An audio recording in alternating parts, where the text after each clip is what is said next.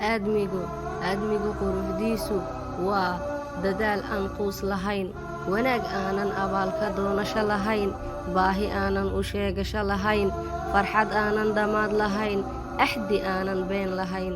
noloshu waa saddex: qalbigaagoo kuu xasila, allah subxaanahu watacaalaa oo kaa raali noqda, iyo wuxuu alla ku siiyey oo aad ku qanacdood ku shukrido.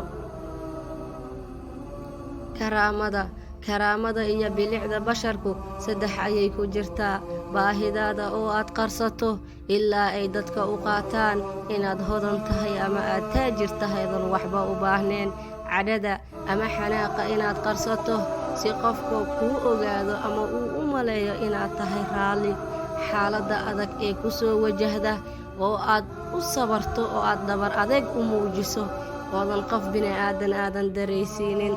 afartaani shay ku dhaqan waa kuu muhiim mar walba. jacaylka waa wax wanaagsan, qof walba haddaad u qaybisa ama magaalada aad joogtid jacayl aad ku soo dhowayso, adigana way kuu soo laaban doontaa. daacadnimada waa shay muhiima uu allah subxaanahu watacaalaa jecel yahay. runta sidoo kale waa wax muhiima, iyo ixtiraamka.